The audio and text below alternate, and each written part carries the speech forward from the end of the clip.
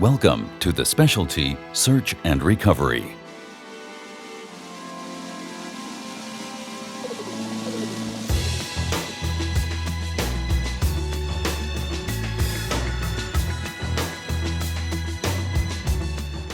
Underwater search and recovery. Just saying the words incites images of shipwrecks full of treasure and chests of gold.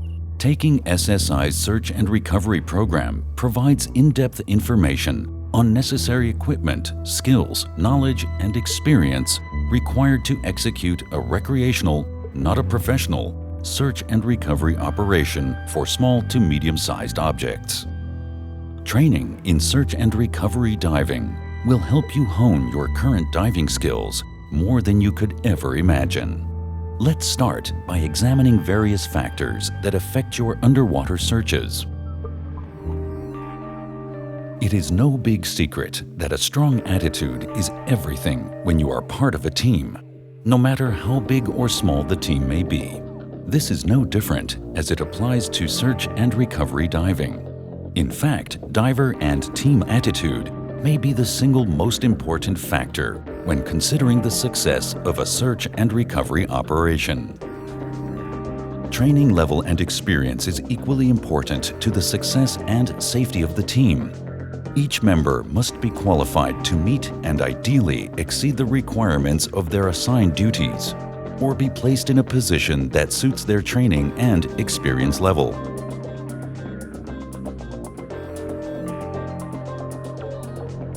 Many search and recoveries take place in cold, low-visibility water, which has the potential to psychologically hinder an unexperienced or ill-prepared diver.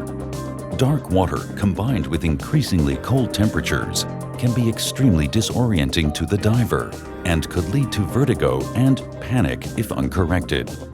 For these reasons, it is highly recommended that divers who participate in search and recovery dives be trained in SSI night and limited visibility and dry suit diving to offset the effects of cold, low visibility conditions.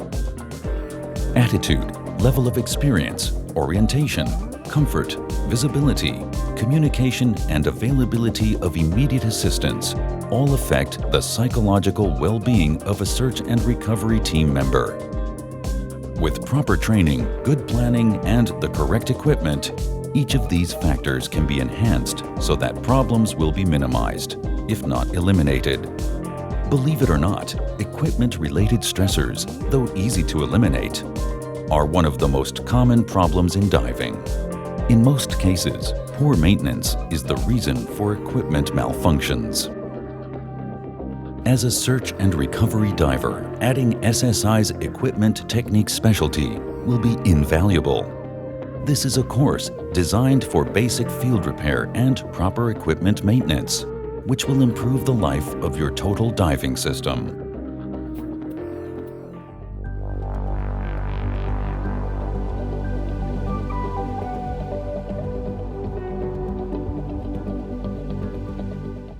Planning, as with any dive, is the first and most important aspect of any search and recovery operation.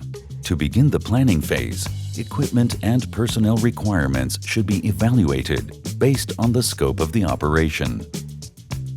Commercial-grade lift bags, braided nylon rope, marker floats and buoys, retractable dive reels, and underwater lights are some of the more common pieces of specialty equipment used on search and recovery dives.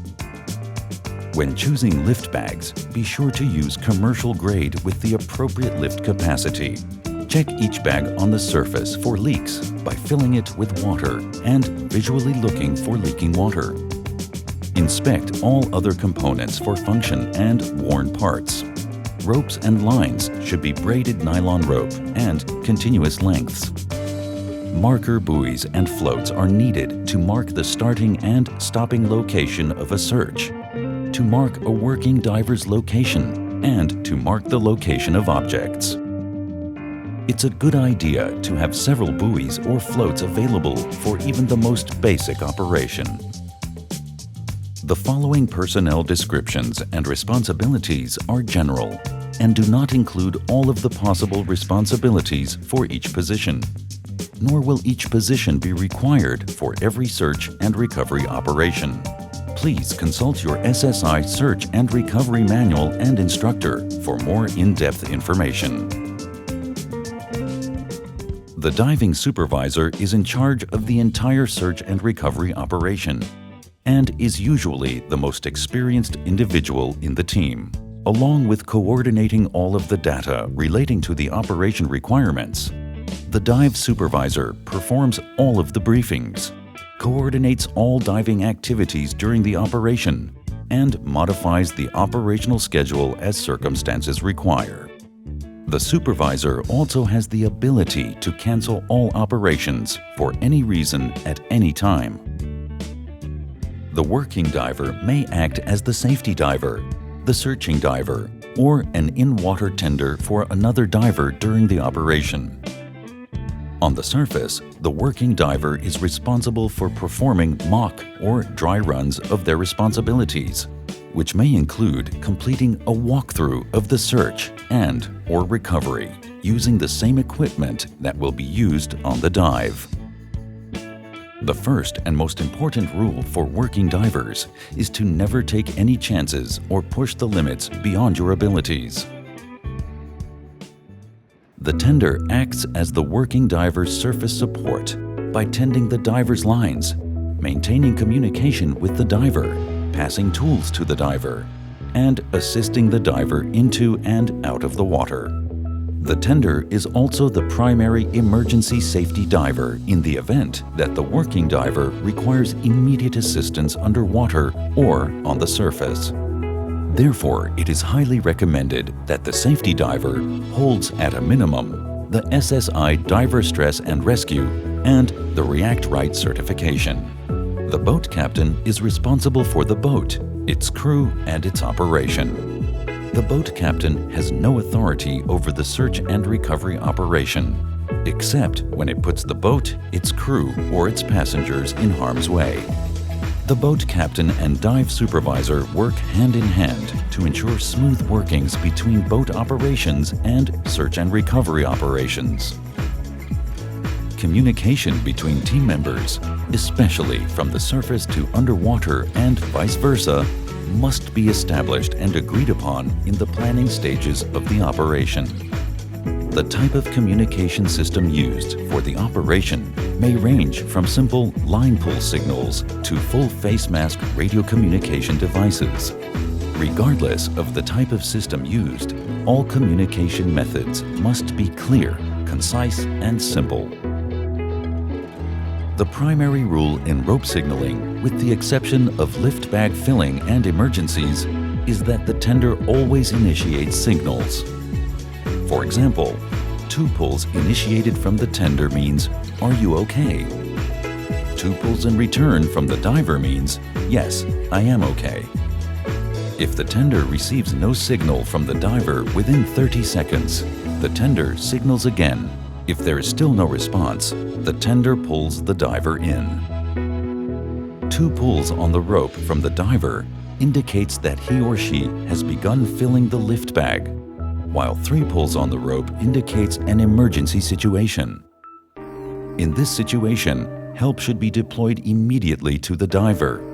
Rope signaling may be adequate for small operations that do not necessitate a large crew. However, for larger operations, it's highly recommended that at minimum, the working divers and their tenders have voice communications. While this can be costly, it is the best and safest method of communication for everyone involved.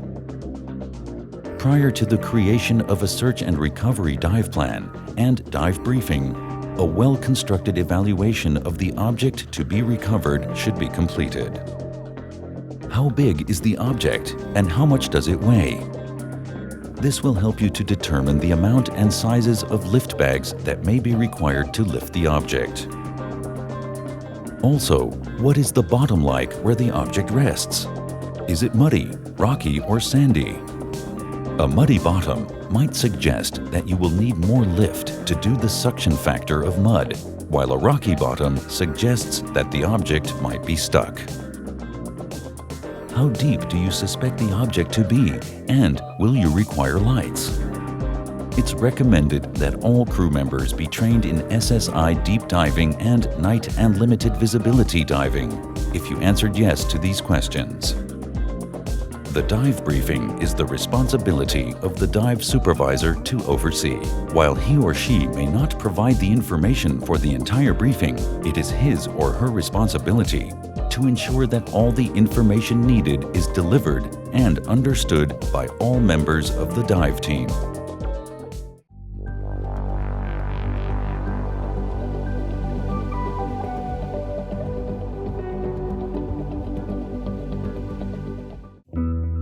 Now that the majority of the difficult questions have been answered, like what are we going after and who will do what, you need to select the starting point of your search. The fastest and easiest way to relocate an object when you know its general location is through the use of a global positioning satellite, or GPS unit. GPS units report their location in latitude and longitude to within 3 feet of their exact location on some units. When you know the general area of the object you're looking for, and you do not have immediate access to a GPS unit, finding the starting location on a body of water is usually done by triangulation and resection. Marking the starting point for any type of search is vitally important. This is where the weighted reference line will be anchored. The reference line should be weighted well enough so that it will not move throughout the course of the search, or if it will be used as the center point for a circular search. A surface float or buoy should be attached to the top of the line and should be large enough to keep the line taut at all times. Once the reference line is set, the search may begin. Let's take a look at the basic types of search patterns. The grid search pattern is used for finding very small items that may be buried in the sand, mud, or silt. The grid itself is usually made out of PVC pipe or a lightweight, non-corrosive metal pipe. In many cases, the grid may be fabricated with stakes and nylon rope or string. Once the grid has been established, the dive team closely examines each square of the grid, while keeping a record of which areas have been covered. Small light objects have less tendency to sink into soft bottoms, while denser objects can be expected to sink deeper. Depending on the type of bottom you are working with, you need to be aware of your movements and be careful not to stir up the bottom, which may cause a silt out. If this happens, wait until the scatter has settled before resuming your search.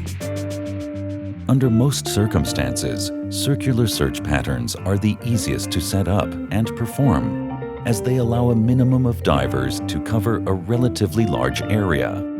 It is best when you are looking for a medium-sized object and you have a good idea of where your object is. Set up the search by attaching a guideline to the reference or center line. Make sure the center line is firmly weighted to the bottom and buoyed on the surface. Next, attach a second line that is the same length as your guideline. This is your rotational line. Be sure that the rotational line will rotate around the center line without becoming caught or jammed. You will want to start your circular search based on the visibility. For example, if visibility is 6 meters or 20 feet, it would be best to start your first search 5 meters or 15 feet away from the center line. To do this, move out 5 meters or 15 feet from the center line on your rotational line. Begin swimming away from the guideline, holding onto the mark off the rotational line. Look between the center line and your body for the object while swimming in the circle. Upon your return to the reference line, move another 5 meters or 15 feet out on the rotational line and complete the circle again. If you have not found the object by the time you reach the end of the 30 meters or 100 feet, you will have to move the center line and begin again. Be sure to log each area that you have searched to avoid double work. As we mentioned before, the circular search pattern is best when looking for medium-sized objects. in an area in which you know the object lies. If you're not sure where the object is, a grid search or an expanding rectangle search might be a better choice. The theory of the expanding rectangle pattern is the same as the circular pattern, with the exception that you are squaring off the edges. When creating a plan and deciding on the type of search, the primary concerns will be how many working divers and matching tenders you have available, how big the search area is, the size of the object, and the environmental conditions.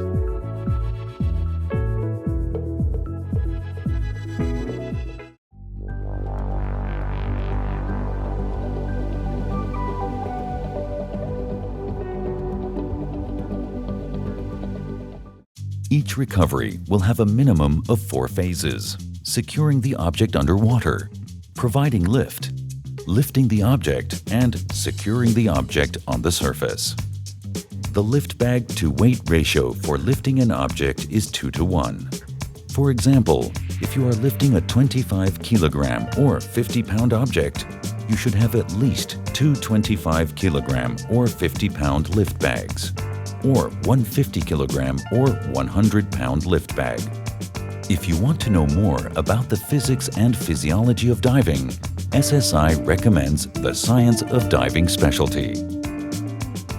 Assign a team member to take a head count and ensure that nobody will be in the area at the time of the lift other than the diver that will be actually performing the lift, also known as the designated lift diver. Once filling has begun, the designated lift diver fills each lift bag a little bit at a time to keep the object balanced and have an even lift. Once the object leaves the bottom, divers should not be below, follow or ride the object to the surface. If the object will be placed on the boat deck or dock, ensure that all team members participating in the lift are trained and qualified to operate the surface lifting equipment. Upon completion of the search and recovery operation, all equipment should be rinsed in clean fresh water, air-dried and packed dry. Finally, it's a good idea to have a debriefing with the entire team to discuss the events that occurred and things you would do differently the next time. You've learned a lot over the course of this presentation, all about search and recovery teams, responsibilities, finding lost items, and bringing them back to the surface. Now it's time to put all of that information into action.